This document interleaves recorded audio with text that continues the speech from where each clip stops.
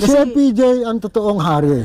Si FPJ ang tumutulong talaga na walang naasahang kapalit. Kahit huwag ka magsalita, malungkot ka lang, tatanungin ka, ba't ka malungkot? May sakit po ang anak ko eh. Ano na? Matik na. Kumusta kayo mga dre? Welcome sa Rai TV. Kasi may segment po kami na behind the scene. Laging inaabangan to ng mga followers po natin, di ba idol? Baka naman pwede nyo mga kaming kwentuhan tungkol sa kung paano, kumusta naman si FPJ sa likod ng camera, si The Boy. Umpisa natin kay FPJ, isa-isa natin kung gusto mo. Sige po kung okay lang po. Si FPJ ang totoong hari. Si FPJ ang tumutulong talaga. Yes. Na walang inaasahang kapalit. Hindi siya naghahangad ng kwan. Okay.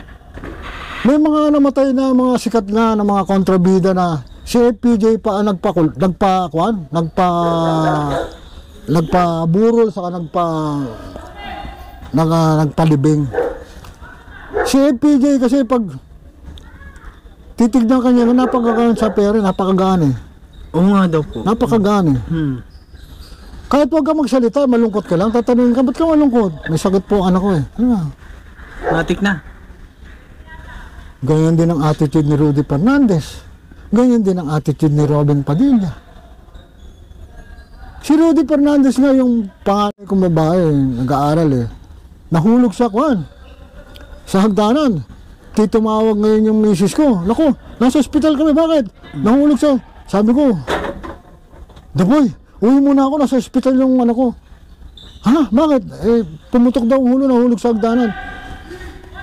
Dinukot ni Rudy Fernandez yung pitaka niya, lahat ng laman binibigay sa akin. May pera ako, kumikita ako sa'yo. Pag hindi mo tinanggap to, magagalit ako sa'yo. Talaga? Hindi tinanggap ko. Diba? Ganon sila kababait na mga action star. Fernando po, Rudy Fernandez, Robin Padilla, si Ronnie Riquez, Jinggoy. Si Jinggoy nga mayroong isang ikukwento ko sa inyo eh. May fight scene. Ang sabi ko sa stuntman, Pader huwag kang abante pag bumagsak ka kasi kasunod na yung suntok eh. Ni Jinggoy eh. Kailangan niya distance eh. Akalain mo pag banggang ganun yung stuntman, umabante, ako tinamaan. Di basag, labas yung ipin dito. Naku, sabi ni Jinggoy, hindi ko sinasadya. Hindi mo kasalanan. Ang instruction ko naman, nagkamali yung stuntman eh. Adalhin ko na lang to sa ospital, sabi ko gano'n. Dinala ko sa ospital. Okay. Sabi nga ni Jinggoy, Direk, hindi ko na kaya mag-shooting kasi nagkatrauma ako, nakatama ako. Ibang guilty siya. Sabi niya? Bukas na lang tayo mag-shooting ulit. Sabi niya, hindi ko na makaya mag-shooting eh. So dinala ko. Tinahe. Doon sa San Juan General Hospital.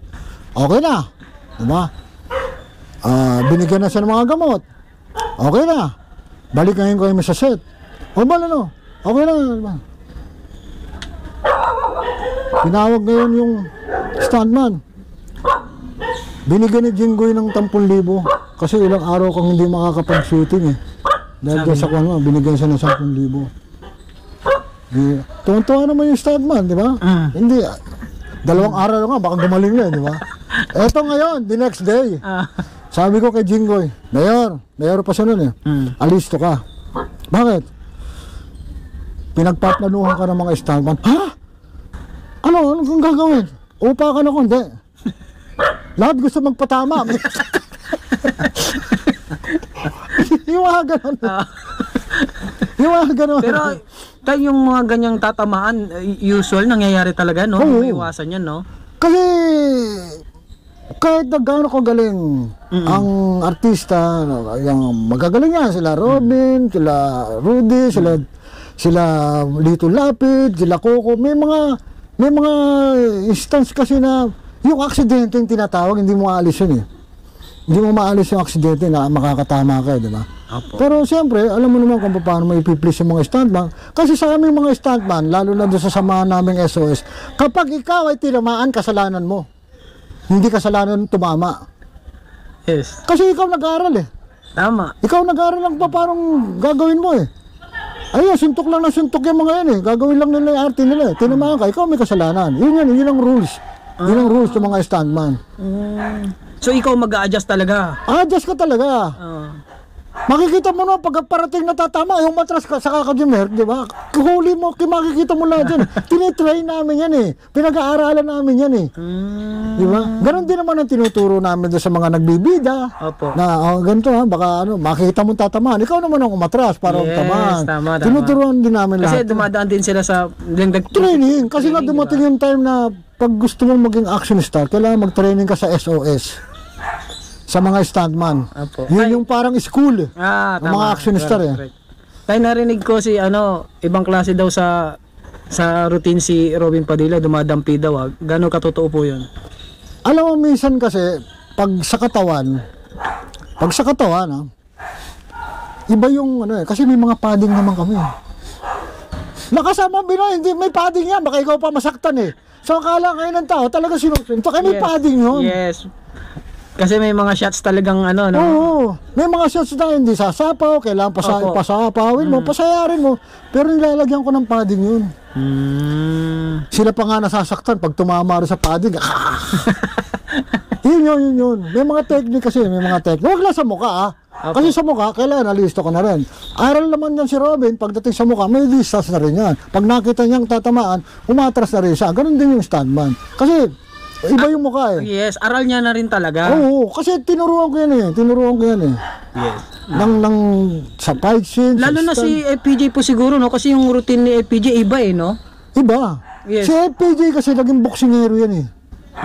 Kaya nakita mo yung tigidog niya, totoo yun. Kasi yung minsan pag dumikit sa pader, si Paquito Diaz, may mga sumasayad na ron. Dig.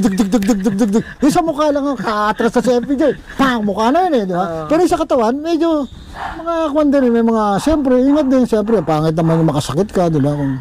Lahat naman yung pinag-aaralan na pag-aaralan.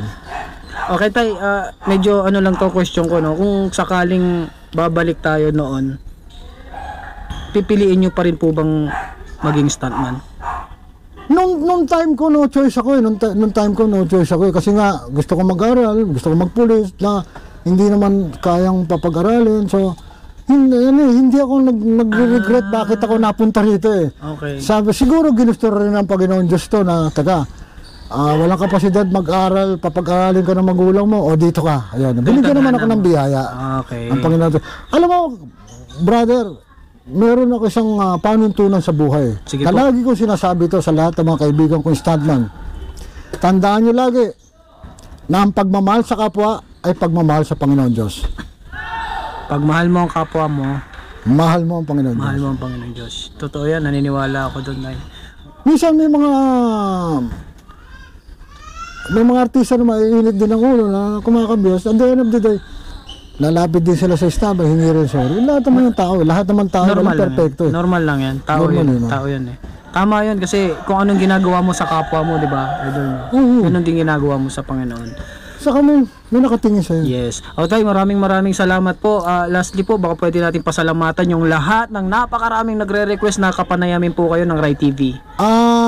Para puro sa mga nagre-request, andito na po ako ngayon. Sinabi ko na po yung hindi man po buong buo. Kasi pinapawisan na ako sa haba eh. Hindi man po buong buo pero po ang laman ng pagiging stuntman, ng pagiging director, pagiging artista ni Bal Iglesia ay sana po magbigay aral o magbigay influensya sa inyo na kahit na hindi kayo nakapag-aral, basta't ginusto nyo umunlad sa buhay, tarbahuhin niyo at huwag kayo makakalimot magmahal sa Panginoon Diyos dahil ang pagmamahal, lagi ko sinasabi yan sa Panginoon Diyos, pagmamahal nyo sa kapwa ay pagmamahal sa Panginoon Diyos. Okay. Mabuhay kayo mga kapatid. Maraming salamat po, Tay. Isang karangalan po sa akin talaga na makapanayan po kayo. Thank you po at pinagbigyan niyo po kami, ha. Maraming salamat din po. Maraming salamat din. Kapang Samuel, pag binuhay pa kita, dadami pa ang lahi ninyo rito sa daigdig. Huwag kalimutan mag-subscribe. Paalam.